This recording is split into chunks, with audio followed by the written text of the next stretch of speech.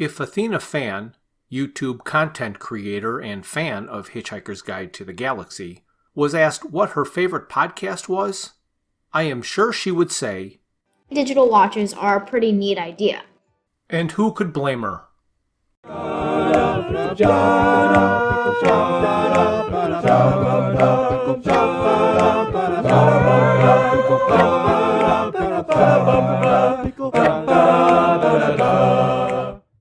Hi there, this is Jeff. I'm with my friend Bryan, and we'll be talking about the Hitchhiker's Guide to the Galaxy in all its forms.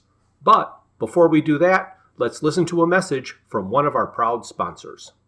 This episode of Digital Watches Are a Pretty Neat Idea is brought to you by the Pan-Galactic Gargle Blaster, the best drink in existence. Invented by ex-president of the galaxy, Zaphod Beetlebrox, it's like having your brain smashed out by a slice of lemon wrapped around a large gold brick. Zaphod says never drink more than 2 Pan-Galactic Gargle Blasters unless you are a 30-ton mega elephant with bronchial pneumonia. After 2 of these babies, the dullest, most by-the-book Vogon will be up on the bar in stilettos yodeling mountain shanties and swearing he's the king of the gray binding fiefdoms of Saxaquin. The Pan-Galactic Gargle Blaster, the best drink in existence. Order 2 today. Hey Bryan, how you doing today? I'm doing great, Jeff. How are you? Well, I feel like a kid again. You feel like a kid again? Yeah, because I get to watch the show with the guy in his pajamas. Yep, that's true. We are going to be talking about the BBC TV Hitchhiker's Guide to the Galaxy that came out in the mid-'80s. That's correct. I've got 1981 is the date first date that I came up with. Early 80s. Wonderful. Yeah, it actually was commissioned or requested in a final draft anyway, was requested in August of 79.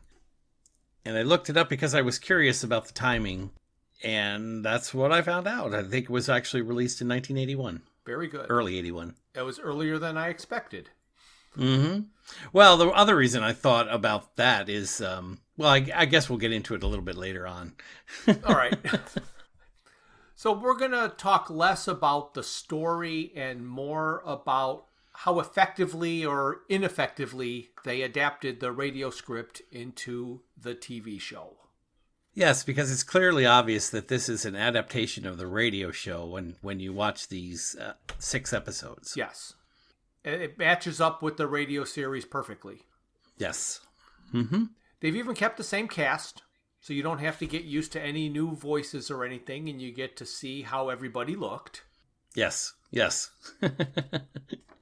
I loved Ford's outfit. It was clownish, I think, is the best way to describe it. And it does imply that there is something a little bit off about him. Yes, yeah. No, I didn't really think about that, but you're right. The big striped coat, and it does seem a little bit off with the pattern on pattern approach that he's got going on there. I also thought it was interesting because, like you said, this is a lot of the cast from the radio show, and I did try to dig in a little bit to see where they went from here, and nobody really had an illustrious career, but they did have a bit of a career. Yeah. Here and there. What I liked was when you're watching this, there's always the portion of the guide. And when they are going to do an entry from the guide or the Encyclopedia Galactica, they do some sort of video animation. And it's not just some simple, easy to follow animation. There is way more information than you could ever process in a single viewing. Oh, yeah, absolutely. Some of the most interesting comments I had about what we were watching today is a result of what was up on the screen that can only be viewed but not spoken about. You know? Right. So I found that to be a very effective use of the TV medium for this. I mentioned it a little bit later, but I'm going to bring it up right at the beginning. The radio program is a radio program. It is audio only, and they did very little script changing from audio to this TV. So it's very, I don't know, I would say wordy. It's a lot of dialogue without a lot of stage action. So unfortunately, there are a lot of scenes that are very static and people are just standing there or and talking. Yes. So they do not use action very well in many of these episodes. Yes, I agree with that. That's true. So we're going to start out with episode 1. And even though I have listened to the radio show and the LP version of this material, and even though I have read the book, and even though I know he discovers the bulldozers upon waking up, and I know at the pub with Ford, he says lunchtime, it wasn't until the timestamp of the countdown to the destruction of Earth that I truly understood how long Arthur had been laying in the mud. Yeah, I never thought about that. That is true, because they do give you laying in the mud for 5 hours. time scale. Yep. You don't get that out of the book or the radio show. No, you don't. The information's there. And wonders why that's laid out like that. Is it it's so that they can talk about going to the pub at lunchtime, I guess? I guess so, because they didn't change any of the dialogue. It's he wakes up, he's there. Ford shows up. They don't ever let us know how long he's been laying there. He has a couple of conversations, but it doesn't say he's been laying in the mud for 5 hours. It's just when they go to the pub, Ford says lunchtime. Right. Doubly so. Right, exactly. When he said 6 pints at lunchtime or 3 pints at lunchtime. Right, and the only other thing you can think about is he does wake up with a hangover, so we can assume that he slept late. That's true. That is true. So that makes sense. My first disappointment in this episode was about a wardrobe choice. Okay.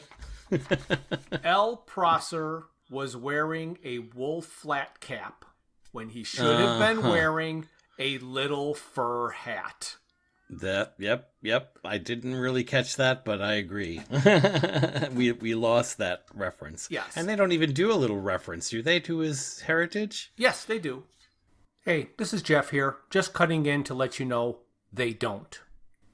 Yes. Okay. Yeah, they do. But it gets lost because he's not wearing the hat. And in the book, he even expands on it and does the Three Stooges curly thing that you're not too fond of.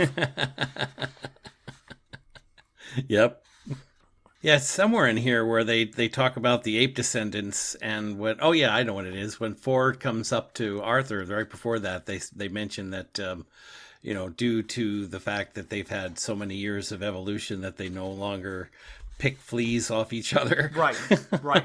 But then they have this kind of cutaway scene, which I thought was sort of funny. They show a family sitting down to dinner, and there's a monkey across the table from them. Correct. And there's a sign that flashes up saying, "This never happens. This never happens." Yes, again, I thought that was a very good use of a way to expand visually without having to expand vocally.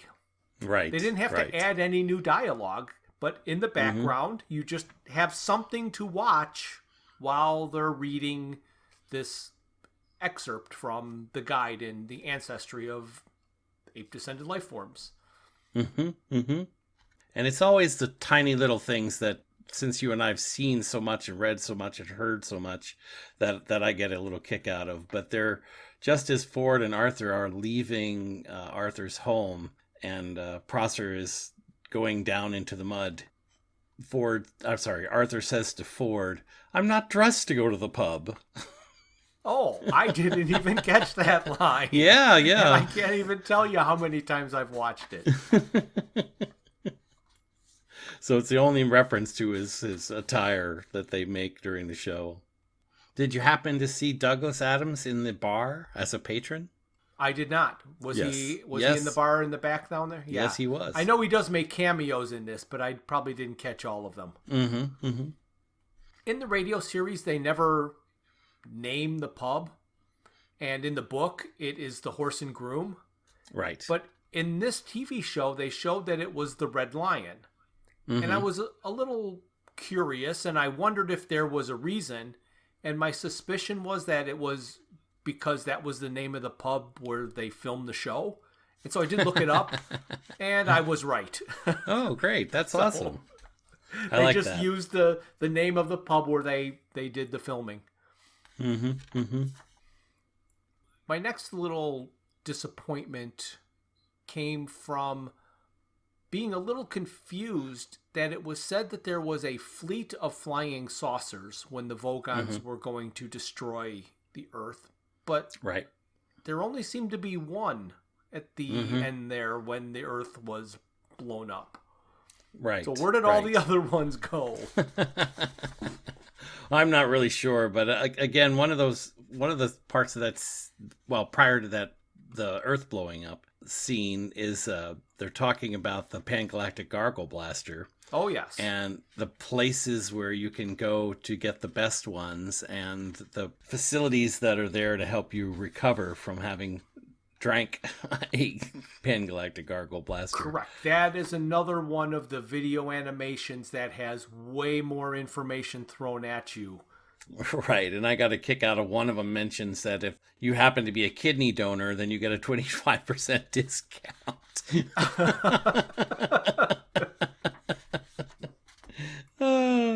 I just thought that was funny. Yes. For me, one of the little disappointments was the demolition of Earth, the way they went ahead and did that. I know you and I have had many conversations about how effective the line is in the book and how effectively or how much we enjoy that particular approach that they use. But here the demolition is, almost I don't know, it's corny. It looks like a tennis ball blows up or something. Right. And they didn't spend too much money on that particular effect. No. One of the things that they should have done to better... Well, I guess the line is from the book. It's not from the radio series. Mm-hmm. So they are just... But if they did want to incorporate something from the book into this a little bit, they needed to have a hush come over the earth where all of the screaming, protesting people all of a sudden realized that this just got real and went silent. Right. Because there was terrible ghastly silence, Mm-hmm. then the terrible ghastly noise, then the terrible ghastly silence. Correct. But they did as little as they could to show the destruction of the Earth. And then up on the Vogon ship, they did a little additional scene. So it's always nice to get some new material to watch. Ford was excited to find a dish that he likes prepared by the Dentrassi. And here's where they used the visuals to make the food really look alien. Mm-hmm. It was some sort of blue-colored bread, and then Ford put like guacamole on top of it and gave it to Arthur to try. And Arthur hated it and spit it out. And Ford couldn't believe that he didn't like it, and then took his own bite, and then he made a face and said, "They must really hate the Vogons." Yep. So something that has always bothered me in every version of the story. It's in the radio series, it's on the LP, it's in this TV show, it's in the book. They didn't put it in the movie, so they've left it out of the movie. And when Arthur is trying to find Earth in the guide, Ford says that it is under Eccentrica Golumbus. Right. Not over it. So that adds to my theory that the book is backwards. Because if you remembered in the illustrated book episode, I said that the picture of the book looked like the Don't Panic was on what we would consider the back cover. Right. So if the book does run backwards, that would explain why, if, bottom right to top left, then Eccentrica would be under or over, in this case, Earth. Yeah, the one thing that I haven't heard you mention yet, and I know you're a fan of these inconsistencies, but how is it that the words "don't panic" are legible by every person who actually looks at the book? Well, we've decided that that's because they have a babelfish. But he doesn't have one when he first gets it. And when they first talk about it, they say that that's what's written on the front of cover of the book. Oh, so when he gets the book for the first time, he doesn't have a babelfish in his ear. No, he doesn't. Does the guide, does he read anything in the guide, or does the guide speak to him? I don't recall exactly, and I probably should have done a little more research on that. No, it's just that when they describe the book and they describe it with the "don't panic" on the cover, I've always wondered about that, because a person who didn't speak whatever language "don't panic" was written in wouldn't know what it says on the cover. Right. Because they didn't establish that there was any kind of universal language. And we know it's the babelfish that allows him to read and understand what he's looking at. So I do like when they first get to the Vogon ship that this is where they've actually gotten that whole sequence of statements correct, where Arthur is talking about what happened to him, and they get the "is green." Yes. Correct. Yes. They got it correct in this. Yes. As I know we've debated that also. But I do like the little comment also when they're flying through hyperspace and Ford tells Arthur to put the towel down between his feet and sit there like this, etc. They lie down on the floor. That's when Ford makes the joke about it's uncomfortably like being drunk. Right. And then Arthur says, well, what's uncomfortable about being drunk? And Ford says, well, ask a glass of water. Yes. And after they wake up from the transition in hyperspace, the towel has moved from their feet to their head. Right. And Ford sort of makes an inference there that he understands how far they went by how far the towel moved. Correct. Doesn't really make sense, but okay. Yeah, which is kind of an interesting thing. But I also think I love the line where, as Arthur wakes up, he says, "I'll never be cruel to a gin and tonic again." Right. Right. So that brings us to episode 2. And the best part of this episode, or probably the whole series, is, of course, that it pretty much starts out with a cameo by Douglas Adams. Yes. Douglas Adams, who portrays one of the people unhappy most of the time. Right. And he's one that decided that the trees were a mistake and nobody should have come out of the ocean, and basically strips down and walks butt naked into the ocean. I love that scene. He throws the money in the air and just struts on into the ocean. Nothing to care about. We get a little shot of the cafe in Rickmansworth, which is called the Silver Slipper. Okay. I'm guessing that is just the cafe that they shot at. Mm-hmm. I do like, and we've talked about it a couple different times here, where there's something on the screen that's not being read or spoken about by the guide, but it's informational. Yes. And they're talking about the different poems and poets. They talk about the Vogons. They talk about what the heck's the name of those guys? The traveling poets of, Grensoff the Flatulent. Yes. What's his name? Renthos the Flatulent? Something like that, yes. As having been the second worst poet. Right. And then they mention number 1 worst poet in history was Paula Nancy Millstones Jennings. Correct. And as they are mentioning her, they actually put up one of her poems here. Okay. And I'll read it for you. It said, "The dead swans lay in the stagnant pool. They lay, they rolled. They turned around occasionally. Bits of flesh dropped off them from time to time and sank into the pool's mire. They also smelt a great deal." Yeah.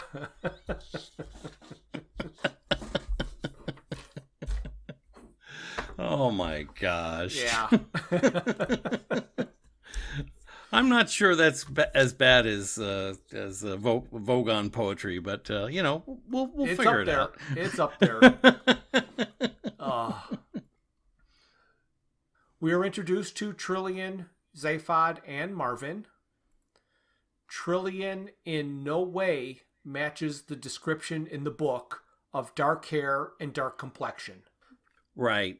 And in fact, this is what I was thinking about most when I started wondering when it was actually filmed, because her makeup is just over the top. I mean, the amount of blush and the blue eyeshadow and all of those kind of things just are so 70s, Yes. I wondered whether they made it out of the 70s when they filmed this. Yeah, it always takes a year or two into the next decade to get their own look.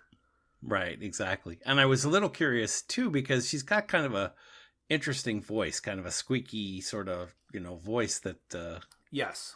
is, and I was wondering about that, so I did a little bit of research. Come to find out that she's an American, unlike most of the other folks on the show. And when Douglas Adams interviewed her for the position, he said that he really loved her voice the way it was, because she said she could do a British or English accent. And he said, no, please don't. I like it the way it is. So his influence is there with her choosing to use her own voice in that. Oh, okay. So he liked it for this part. Mm-hmm. With the squeaky voice that he decided to keep, it really undercuts us believing that she has all these degrees in math and astrophysics. And it's not that she can't. Right. But this is a show where you're supposed to portray what the person is. So you would use stereotypes. And they are certainly not using the math and astrophysics degree stereotype for her role. Yes. And the other thing I noticed that's a little odd for me anyway, they talk about Arthur having being actually 6 feet tall. Yes. And he does look it in the TV show here. But Zaphod is taller than he is. Yes. So, I mean, by a good 3-4 inches. It's so the man is, the Zaphod character, the actor who played the character, is taller. And then that makes Ford look like a little small guy, Right. When they introduce Zaphod, they show him relaxing in a lounge beach chair. And they have him positioned so he's turned to one side. And if you're not familiar with the character, it could appear that he only had one head. And then he eventually turns and gets up, which is, I think, supposed to be the reveal that he has the second head. And the fake head is so obviously fake. And it's off to one side on his shoulder, not both heads centered. Yeah, And which it's would have wearing been hard an to eye imagine. patch for no apparent reason. No. I'm not sure what the choice was there, but I know that they made a great effort in trying to make the faces of Zaphod be very similar. They do. In their makeup and color. But we talked about it before. It almost looks like a paper mache head. And it does have some animatronics that are attached to it. And they attempt to use that with the mouth movement and the head turns. And it goes up and down and sideways occasionally. But in terms of effective makeup, I'm going to give that a D. I would agree. It's barely there, right? And then we finally get to meet Marvin. And he is asked to retrieve the aliens, and it mentions how the Encyclopedia Galactica defines a robot. And it is a mechanical apparatus designed to do the work of a man. And then they show drawings of many different robots. Did you pay attention to them? I guess I didn't. I must have missed So there was just a drawing of all the robots and their names. Oh, yeah. So there was the Lumbermatic, and it was cutting down a tree. And there was the Multitask Mobile. And for some reason, it was carrying a cat by the tail. There was the Static, industrial version, which looked like it was holding a drill. Mm-hmm. The RB211, which is sweeping, not vacuuming. So they built a machine to sweep, not to vacuum. Right. The Auto Valet, which is carrying a tray with food and drinks. Mm-hmm. And then right in the middle of it all, doing nothing in particular, just a nice little throw in for the fans, there's a Frog Star Scout. Right. Which doesn't come up till secondary phase and has nothing to do with any of this. But right. Frog Star Scout was right in there. We're out of your plastic pals who's fun to be with. Yes. When they were doing that part, they showed a version of Marvin that looked happy. I know. He must have been one of the other people personalities they chose. But they really didn't change anything about his appearance. It was just his demeanor and the way he kind of bounced around and all that, and probably having the bikini-clad girl around him. And I think he had like light yellow eyes instead of the red ones. Possibly. And then this is where they're talking about, well, actually it's a little later on, I think. They're talking about the Sirius Cybernetics marketing department. Oh, yes. Did you catch that? There's actually, when they talk about this, they were the guys that were the first up against the wall when the revolution came. Correct. One of them is a picture of Adams. Oh, all right. He was one of them? Another one of his little cameos? Yep. I like that they showed Eddie, and he's got all kinds of ticker tape falling to the floor around him, because I know I mentioned before that I found it funny that he printed out ticker tape for no apparent reason in the radio series. We get to the part where Marvin has brought Arthur and Ford back from where they got beamed onto, or the ship, and they get to meet Zaphod. And there's something really weird happening with the stage direction here that confused me, and I'm trying to figure out exactly what they were trying to convey. Okay. So Ford introduced Arthur to Zaphod, and Arthur says they've met. And Zaphod looks really confused and says, "Have we?" And to me, it's a pretty generic line. You could say that if you had no idea what somebody was asking you. And Arthur starts talking about the party, and Zaphod looks even more confused and says, "I doubt that." And again, it's another generic line. Arthur is continuing on about the party, and Ford is arguing with him. And as all of that is happening, Zaphod gets up out of his chair, walks across the room over to a full tank of water, takes something from it, and puts it in his ear.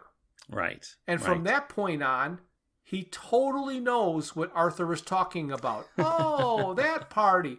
So, to me, he had no idea what Arthur was saying until he put a babelfish in his ear, which leads me to believe that there's a expiration date, so to speak, of babelfish, and his battery died, and he had to replace it.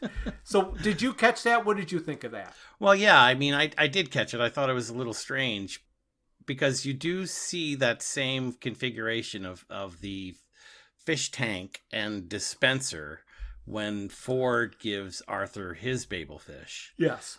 So it was like you say, it was an obvious stage direction. When you saw the tank, you recognize it from the previous scene. He literally walks over there, picks something up, and puts it in his ear. Yes. So it definitely was doing that. The only thing I could think of, and it doesn't make any sense, is that he has one in his other ear, his other head. He needed another one for his other head. Yeah, he's so confused. Yeah, I don't know. But if the one he had died in his ear, he didn't take it out first. Right. Dead fish. Yeah, there you go. Okay. Or maybe it just wriggled out.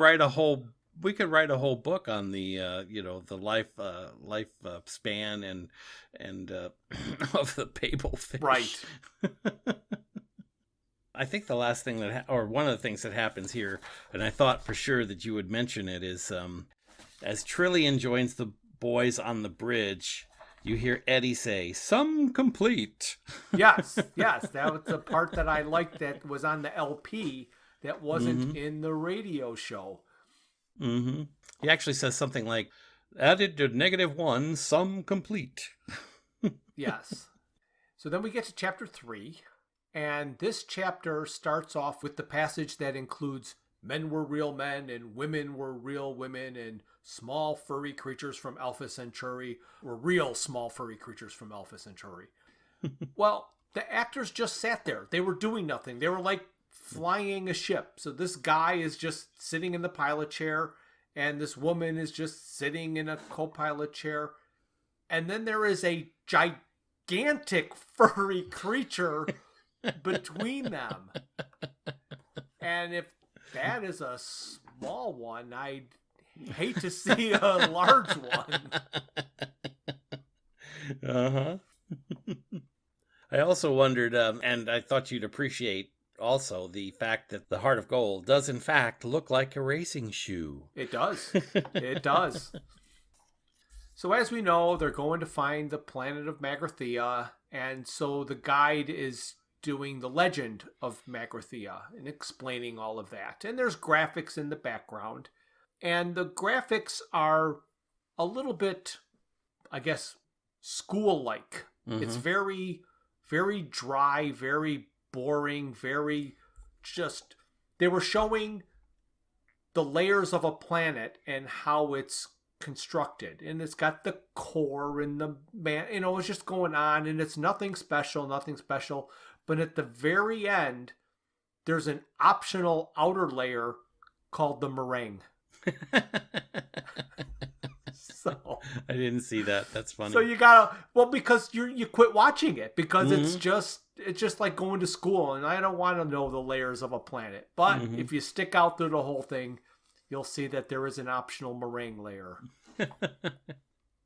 And of course, when they are orbiting Magrathea, they do the bit about nervous tension and stress. And while that whole passage is happening, on the screen they have what they call soothing pictures. So to keep everybody in the audience calm, they're showing soothing pictures so nobody gets upset. Mm-hmm.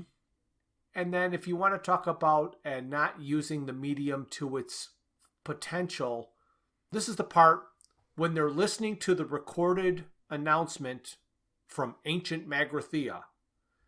They all just stand there staring at a hologram. So you've got this hologram, which is going to end up being Slarty Bartfast. Mm-hmm. And you've got everybody in a circle around this hologram, motionless, watching a virtually motionless hologram give this message. It's like there's nothing happening on screen. There's nothing happening. So I don't know how they should have changed it, but they needed to do something to make that more interesting. I agree. Yeah. Sorry. No, that's fine. Thinking about the meringue. The meringue. And like in the radio series, they did a post-credit announcement that it was Arthur who bruised his upper arm. Mm-hmm. So now we're in episode 4, and this whole episode, in my opinion, did not benefit from TV. This episode was of their whole time on Magrathea, and most of that was the recounting of the story of the answer to the question as it was beamed into Arthur's head. Right.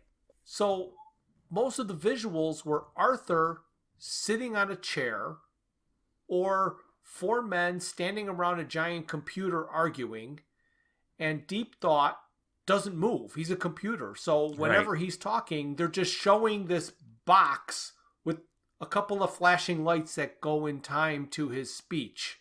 It was tedious. Mm-hmm. Yes, it's funny because when I first saw the 2 gentlemen that first approached Deep Thought to ask him the question, It really was a Monty Python-esque look to both of those gentlemen. Oh, definitely. I would have even sworn to you at a casual glance that it was one of the Python crew, but it in fact is not. Oh. The one thing I did think was kind of interesting, and it was a pretty good choice in my opinion, when Deep Thought is speaking and you're looking at Deep Thought's face, if you will, the front of him. Yeah. They have it kind of coming down like a cloud of smoke sort of rolling down his face, and I thought that was kind of neat because it looked like a beard, to make him more wizard-like. So yes. Yeah. That part I did appreciate, but you're right, there's so much static in action in this episode. It's kind of different. I did notice one little additional piece of dialogue, and I always like when they change just a little thing. They don't change much of the story, but they just add something. So when Deep Thought was explaining how long it would take him to come up with the answer, he says 7.5. And at this point, one of those asking for the answers like, not until next week? Million years. So yeah, I did like that. I thought that was pretty good. So the guy was upset that he was going to have to wait until next week, and it's 7.5 million years. And then here's another little addition that I found interesting. Between the reels of the answer, Slarty Bartfast asked Arthur if he was anxious to know what the answer was. Even though he says, yes, quite, it was with a hint of sarcasm as he looks at his watch. Right. Where does he have to be? How could he possibly be bored with this technology that is beaming this right into his head? It just seems he doesn't seem to appreciate what he's going through. Too much on his mind, I guess, huh? That could be, yeah. He did just lose the Earth. I do have a note here that I really appreciated the way that Magic Thighs and Broomfondle. It's Broomfondle who says, I think our minds are too highly trained, Magic Thighs. Yeah. Yes. When they couldn't come up with the TV chat show circuit. Right. And then they made a small change for TV because I guess they thought that the visuals were going to be better. But the Vlahurg was wearing red bejeweled battle shorts instead of black. Yes. And the thing that I thought was the funniest, and only because I've spent hundreds of hours playing video games when I was young, was how they used the asteroids animation to depict the violent and despicable war that took place between the Gugungvunt and the Vlahurg folks. Correct. It just tickled me as those little triangular ships were shooting each other. Yeah, so they do this whole battle thing, and I think my absolute favorite part of the whole TV show is that once they figured out what happened, one side had 10 ships and the other only had 8. And when the dialogue said, settled their few remaining differences, the side that had 8 shot 2 of them to even it out. And then they joined forces and went and were swallowed by the dog. Right. But the settled a few remaining differences, when they evened it out, that just cracked me up. That's great. The scene with the mice was odd. For some reason, they decided to film real mice. Yes. And the mice certainly aren't going to be in one place for very long.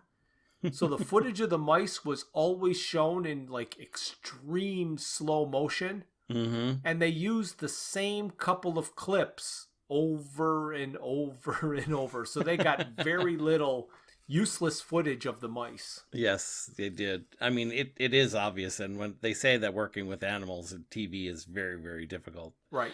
It was an odd choice, but I kept thinking back to my irrational fear of anthropomorphized hamsters and was grateful that that's all they did. Yeah. Yeah, we didn't get to see them flying up in their wine glasses or whatever it is, like in the book. Yeah, but I did think it was funny that Arthur jumped up on the table when he first saw him. Right. Oh, yeah, I'm sorry. I forgot already. I just wasn't ready for it. There was one last added line that jumped out at me in this episode. Mm-hmm. When Shooty and Bang Bang were whining about not being easy to be a cop. Right. Ford says this line, "If we keep them talking, maybe their brains will seize up." Right. And it really reminded me of his theory on why humans always state the obvious. Right. It was just... That's exactly what it was, yep. They do that earlier in the show, and then now they've got a very similar type of a line. I just thought that was kind of funny. I also thought the two actors, when they're playing Shooty and Bang Bang, there is a definite little nod that they do to each other at one moment, and it's like it's a complete play off Laurel and Hardy. Oh. I mean, you'd have to look yes. at it. Yes. Okay, I know what you mean now. Yes, I do remember that. Trying to think of what Laurel and Hardy always say at that point. Yeah, There's like a line. Yeah, there is. But it was even if it's like a mm-hmm. So now we're in episode 5, and we have things to look at again in this episode. There is a lot that they did with Milliways. This seemed like a very big set with a lot of extras. Right. If you remember, there was the Pan-Galactic Gargle Blaster, and there was the girl that passed out after one sip. Yes. It looked like she was in the background. She was. Or at least the exact same outfit was in the background. Right. Yes. In the audio dramas, unless there is narration where they're explaining the actions, there's no way to tell what the characters are doing. Mm-hmm. There's always just bumps and knocks and clinks and all of that. So here they've got an opportunity to do whatever they want in the restaurant. Mm-hmm. When the group first gets to Milliways, all the dialogue is pretty much the same. Mm-hmm. And there's the part where Zaphod has that epiphany, right, and realizes that they're at Milliways. Right. Well, we got to see that the drink menu, he saw the name and he sticks it in his coat and then pretends he just figured it out. Yep. So that's what I like, when they can take something and not change anything, but add to the stories, things you couldn't see in the radio series. Right. Yeah, that was a good little sequence. It fit his personality very well. Yes. And played well on the TV show. Definitely. So instead of sticking with the primary phase script, they diverted to the LP and the book and used the Hot Black Desiato portion. Right. Didn't you want to talk about Meeting the Meat? That's after this, I think. Oh, that's after this, right? I'm not sure if I pointed this out before, but when the group first got to Milliways thinking they were dead, the maitre d' said that they were not dead, otherwise he would not attempt to serve them. Mm-hmm. However, Hot Black is there. He's dead for tax purposes, and he's got a drink in front of him. So they serve dead people there. No, they do. They do indeed. So I know we've spoken about this before. The Meet the Meat was always one of the most disturbing parts of this entire television show. Yes, and this is something that could not be experienced in audio only. No. Not at all. And the head of the bovine creature is disturbing, and the body is propped up on the table or whatever, and I just love how, and Zaphod goes up during the conversation and he's actually poking and prodding the animal. Yeah, he's checking for tenderness. Yeah, oh man. I know. And the animal is pointing with his hooves at different parts of his body. And and then of course, we know the result of it is that is it Ford or Zaphod that yells out, "Let's have 4 raw steaks or rare steaks"? Zaphod does the Zaphod 4 says that, rare steaks, yeah. And they go on, and that's when they then pan down to Quartopleen. But when they pan back to the group, after they've eaten or sat there at the table for a while, did you see the head of the bovine animal sitting on the table? No, I didn't. It's sitting on the table with an apple in its mouth. All right. Now I'm going to have to watch that episode again just to see that. Oh, it's quite disturbing. Well, I also like that the meat also had a sense of humor, and he Mm-hmm. could poke fun and tease Arthur, Right. knowing that Arthur was uncomfortable. Mm-hmm. So I'll just nip off and kill myself. Don't worry. I'll be very humane. And I love the way he says, "A green salad." I know many vegetables who would be upset about that. Yes. Then the last episode is episode 6. It's interesting because we've talked about this again and again here, but during one of the discussions that they're having on the screen about the Kakrafoon people, Right. they actually use the word Belgium, Yep. which I thought was fun. And like in the radio series, this is the episode where Marvin all of a sudden becomes a sarcastic smartass. Like the line about, how can anyone live in something so small, when talking about Arthur's brain. I like him when he is depressed. Right. And a Spock-like character using pure logic circuits. Mm-hmm. That said, I did like when after he told them that he knew and let them take Disaster Area's stunt ship, and Trillian said, "This is awful." In the radio series, we hear him say, "That's what I said." Mm-hmm. And he says it in this, Right. but when he says it, he leans forward and gets right in her face. It was like perfect. So even though I like him as the serious, pure logic, showing that little bit of, what I don't even know, moxie was great. Right, right. And then I don't know if I can relate this little sequence that I thought was kind of funny. This is, someone says to him, "I'll be down in a minute." And then he says, "That'll be 2 of us." Oh, yeah. Mocking his own depression. Right.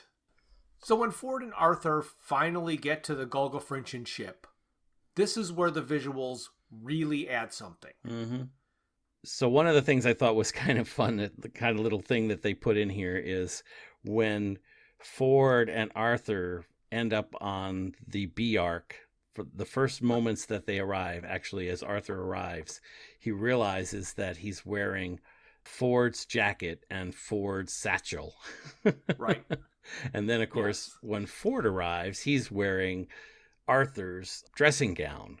And Right. it reminds me of the scene in the book that they do the little rhyme about the difficulties of transport and how they can switch things around. So I thought that was a cute little ad that they did here for the super fans like us. Yeah, I can't remember the names, but somebody stole somebody else's heart away and somebody else got somebody's leg. Right. There was a whole thing about that. Yep, Yes, yep. I was trying to figure out what that meant when I was watching this, because they don't make any kind of reference to why things got switched. But Nope. yeah, call back to the book. It That's is. perfect. It is. Mm-hmm. The Gulgafrinchens are an unusual bunch, and that can be accentuated by the wardrobe and their behavior. The joggers were ridiculous. Yes. I cannot believe anybody actually jogs in that manner. Oh, then you didn't watch them when you were back in the 70s, did you? No. Oh, it's very The common. captain did not have much of a wardrobe. Mm-hmm. More or less, he just had props like a rubber duck and a bubble pipe. Mm-hmm. Of course, there were gin and tonics. My favorite part of that scene was when Ford yelled out that they are a bunch of useless loonies. Right. The captain's slow revelation that that was the reason they were sent off first, and then the realization of what it meant, was perfect. Mm-hmm. His face just went through all the perfect emotions that conveyed what was going on. Right, right. I did like that a lot. On the planet in this version, they were able to save the bath from his ship. Yeah. They didn't have to carve it out of a boulder. And I'm guessing that was budgetary reasons. Yeah. That would make sense. And I did like that they showed the Scrabble board and the Scrabble tiles, and like the discussion that we had before of how is tapping into your subconscious, grabbing tiles out of a Scrabble bag. All of the tiles were non-uniform and they were all hand carved, so that could tap into Arthur's mind. Yep. Something that cracked me up that I found funny is when Ford and Arthur decided that they were fed up with the Gulgafrinchans and they were going to look and see if this was actually Earth by going to Norway. Yes. And looking for Slarty Bartfast's signature. Right. They build a raft and they push off. Yeah. And then it like cuts and then they have beards. Yep. And they come back to the exact same spot that they left. So that was some serious prehistoric Earth navigation to be able to do that this way. Right. And I love the beards. I mean, the use of beards in the whole program were pretty good. And I was thinking about that because they do a little bit of fun. They poke a little bit of fun at that too. Because, of course, when the first two guys that are talking to Deep Thought have these scraggly, unkempt beards, and then 7.5 million years later when the people are arriving to hear the answer, they've got these fancy tied up, updo beards, so it's kind of a fun thing that they do with the facial hair. Yes.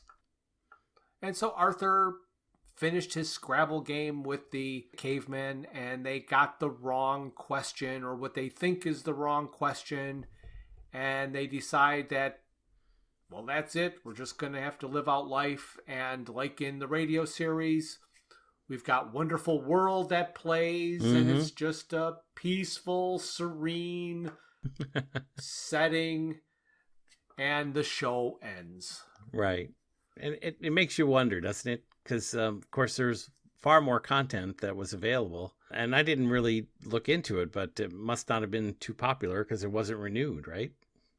No, they didn't make secondary phase, but what I'm wondering is, because secondary phase is so much different than restaurant, if they didn't, because restaurant had to have been out by this time. Right. It's very close. So now they're stuck in this point of making a restaurant at the end of the universe type TV show that doesn't match up with the book that they have just released. Yep. But all in all, I'm glad this exists, but I do not think it was the best use of the medium. But because it was based on the radio show, they didn't really have much option to do anything else because you have to keep the dialogue. Right. And as you said from the beginning, it's been pretty clear that that's what they were seeking to do. And they stick pretty closely to that whole approach as in the radio show. Right. It does make you wonder. We're used to television here in the United States, and I think that the BBC and the way they approach TV has always been different. Yeah. So I've never, the shows from back at that period of time were not heavily invested in scenery and that kind of thing. So where we might have a more sophisticated taste today, they definitely seem to be appropriate for the time, at least in the BBC's vision. Correct. Yep, I agree. This brings us to the end of our episode about the BBC TV show. Next month, we're going to get back to the book series, and we are going to be doing So Long and Thanks for All the Fish. Oh, I can't wait to see you do a double backflip into the sea. Yeah, through a hoop while whistling the Star Spangled Banner. And what better way to say goodnight, Jeff, than good night, Jeff. All right. So then say goodnight, Jeff. Okay. Good night, Jeff. Thank you for listening to Digital Watches Are a Pretty Neat Idea. Look for us the first Thursday of every month for a full episode. We will also release a bonus episode later in the month. A very special thanks goes out to Luke, Max, Greg, and Tim Lesnick for arranging and performing our opening theme. We would also like to thank our talented friends and family for their voice work on our introductions and commercials. Visit our website at digitalwatchesareapretyneatidea.buzzsprout.com, where you can find links to all my Hitchhiker's Guide to the Galaxy inspired t-shirt designs. You can find us on Facebook and YouTube as Digital Watches Are a Pretty Neat Idea, on Instagram as Watches Idea Podcast, and on Twitter at Watches Idea. If you'd like to contact us, our email is digitalwatchespodcast@gmail.com.